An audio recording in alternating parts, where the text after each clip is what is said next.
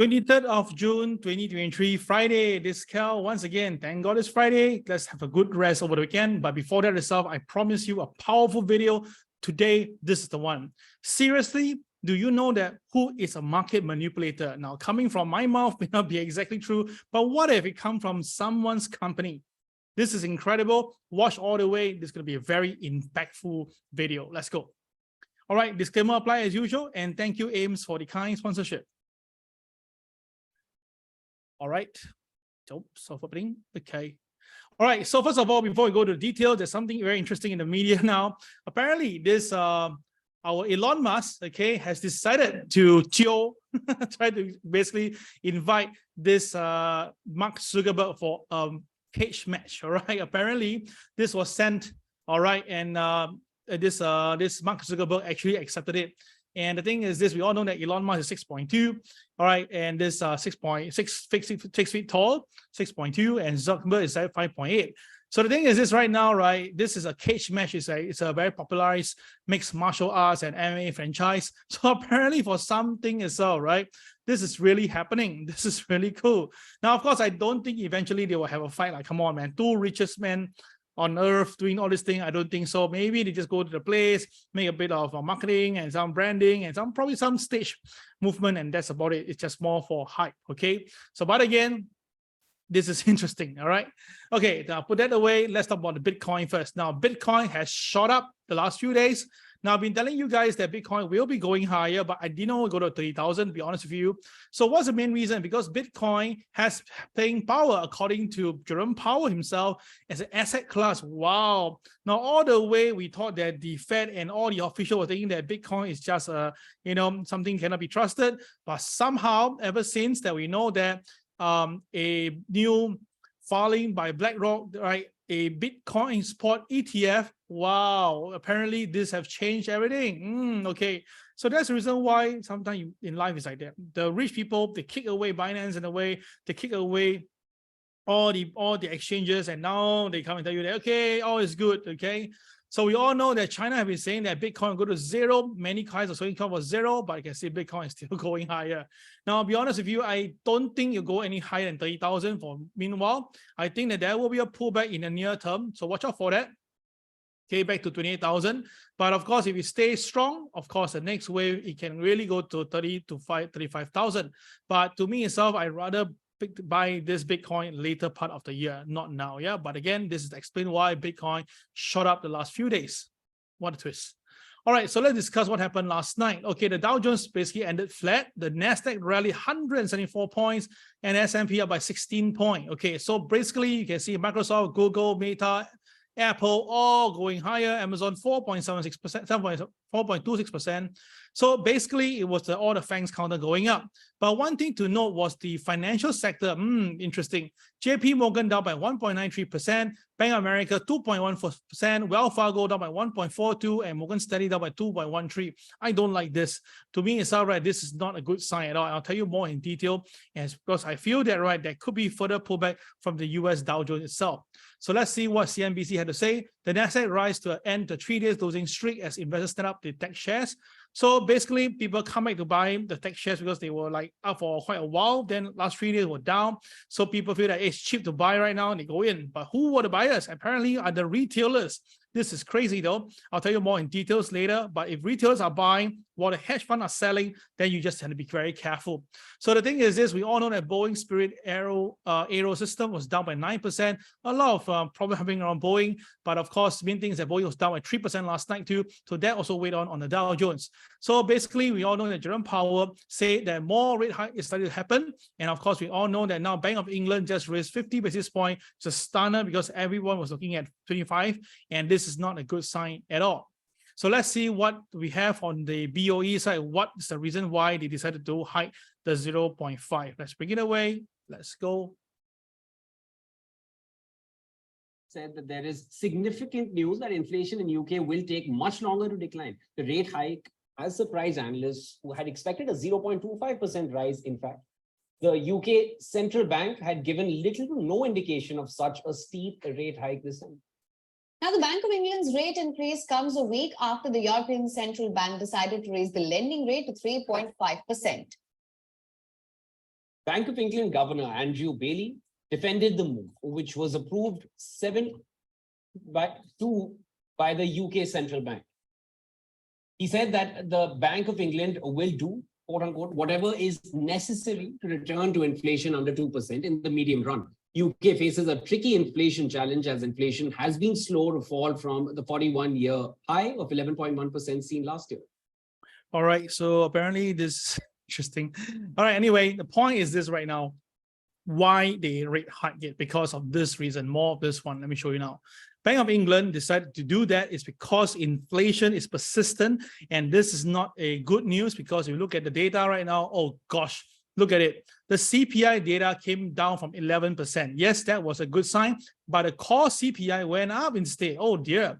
That means that, right, this is basically telling you that if you don't take core CPI, exclude energy, food, alcohol, and tobacco, and this is moving up itself, right? This is not a good sign at all. And of course, as you know, even for US Federal Reserve, they're actually looking at their core CPI as a main driver.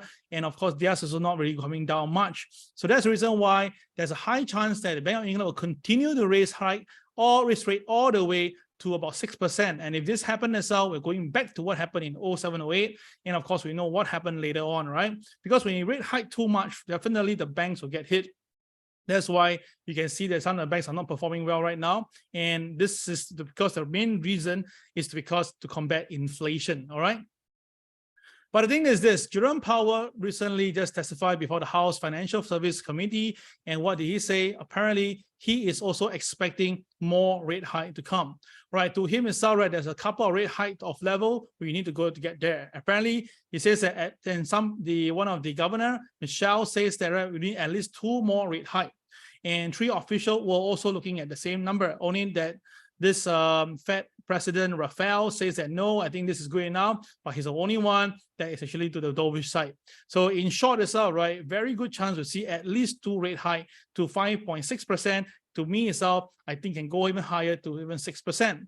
So of course, would there be a rate cut? I'll tell you, no way, man. Jerome Powell says it's not gonna happen in near term. He believed that we had to continue doing this for inflation. But if you ask me itself, the main thing and the main reason why is he doing all this is because he needs to protect the sovereign rights of the US dollar. The dollar has to stay strong. If not, it's all right. There's just a chance that they may lose the reserve currency to even China, which is now picking up very strongly at the moment. So the thing is this, if you look at now the 10-year treasury constant maturity minus 2-year treasury constant maturity, oh gosh, in short itself, the inversion is ridiculous. All right, that means that basically you need to, the money, right, if you lend to someone else itself, right, apparently the longer you lend to someone else, right, you get lesser return. Apparently. So the last time we see something like this is all the way back to the 1980 period. And of course, during that period of time, both incidents, the market enter recession. So what made you think that there'll be no recession coming in, guys? I mean, seriously, I've been calling for a recession for the longest of time, and I believe that there will be a technical recession from September onwards. I've been very vocal on this, and I know that this will definitely be coming in. It's just that we just have to wait for it. So the thing is right now, if we look at this, based on the timeline, usually now how many months is our inversion will lead to a high chance of unemployment rate going up. So apparently where we now at about 9 to 10 months of the inversion. So that means we are talking about from this point here itself, okay? We are now about the 9 to 10 month period. So which means that likelihood based on statistics, we're going to see unemployment going up very, very soon. And recently we can sense it now. The numbers are showing that the numbers are moving up. So you can see right now, right, the US unemployment data is showing an uptick. In month of May, apparently it's 3.5 consensus to 3.7. So I'm not half surprised to see 3.9 to even 4.0 soon. And of course, if this is going to continue, there's a very, very high chance that recession will kick in. And that's the reason why traders, you need to watch this very closely. And of course, the US dollar will definitely be moving higher a little bit more. I suspect the US dollar will trade 104 in the near term. Now where we are now is 102.62. And based on what I'm seeing here, there's a good chance we'll see a breakout very soon. Now, will the market come to 105? This is something that I've been looking up. The thing is this, maybe they will throw it to try to go there if they really want to make the dollar strong. But of course, a stronger dollar will hurt back the economy again. So I think 104 should be very, very possible. 105 is going to be a tough call, right? So with the US dollar going up, what will happen to the gold price? Definitely gold price will have to go down, because you can see right now, based on the latest new dot plot, right?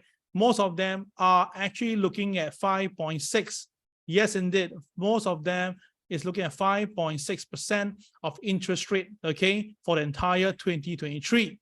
Only later on in 2024, there's expected of at least a 1% cut. And of 2025, they expect more cut later on. But let's just put this away because all this too far away. Let's concentrate on 5.6 because we're not even near that at all. And to do that, we need at least 2 rate hike. And of course, if that, the dollar will go up, what will happen in US dollar? Gold. So gold most likely will travel down. I've been telling you guys, gold will come down lower to 1874 area. Now the boys are already selling the last 4 days and the momentum is going down. So because of that itself, a lot of people are expecting gold to go higher, right? I say, no way. I say gold will come down, and gold has came down. So 1874 will be a better price for gold hunters. Of course, if you can go even lower to somewhere around this area by 1830, that will be a very good buy region, okay? If you can come to 130, I think you should do some buying on gold, okay? So that is the gold and the dollar relationship right now. Let's go into the big one here itself, search, okay, Valet. So this guy, he basically is a quant research data science, software engineering, recruiting at BlackRock. So recently, somehow, someone decided in a way to ask him questions. And the question was very, very intriguing question. And this guy basically tell the so-called person that, you know what, BlackRock can really influence the market. And they said that, right, you can take a lot of money and dump on a politician. You can start to buy people. Wow, this is incredible. But apparently now he's being blocked. Okay. All right. So I mentioned this video for you about him himself. And oops, there's some PowerPoint issue. Just give me a moment on that. Okay. Yeah. Okay, let's move this over. Okay, this is the thing here. Apparently, right, that this is a secretly recorded conversation with an undercover journalist, and this guy just basically ran everything out. And of course, if you hear it for yourself, you'll be shocked with some of the data information. Let me bring you some of the key highlights. On the Ukraine-Russia war. Ukraine is good for business. You know, right? We don't want the conflict to end. What? We don't want the conflict to end as a country. The longer this goes on, the weaker Russia is. I'll give an example. Russia blows up Ukraine's grain fields. The price of wheat is going to go mad up. So what are you going to do to your trading firm? The moment that you hit, within a millisecond, you're going to pump trades into whoever the wheat suppliers are, into their stocks. Within an hour or two, that stock goes up, and then you sell, and you just made, I don't know, however many mil. Why would a news channel promote a side in war? Because it's also good for business. I mean, what's news? Ukrainian economy is tied very largely to the wheat market. All right, apology for the video, but that is the best one I can get for you. Now, the thing is this, whether or not you buy his thing, because you may say he's not the management, he's just some recruiter, got nothing to talk about. But of course, I can say you can understand why itself there's war ongoing for 18 months and still ongoing, because there's so much money to make from it itself. So I'm not trying to say that this guy represent BlackRock. I'm just saying that this guy itself, right, he covered a lot. In fact, the entire video is 17 minutes video.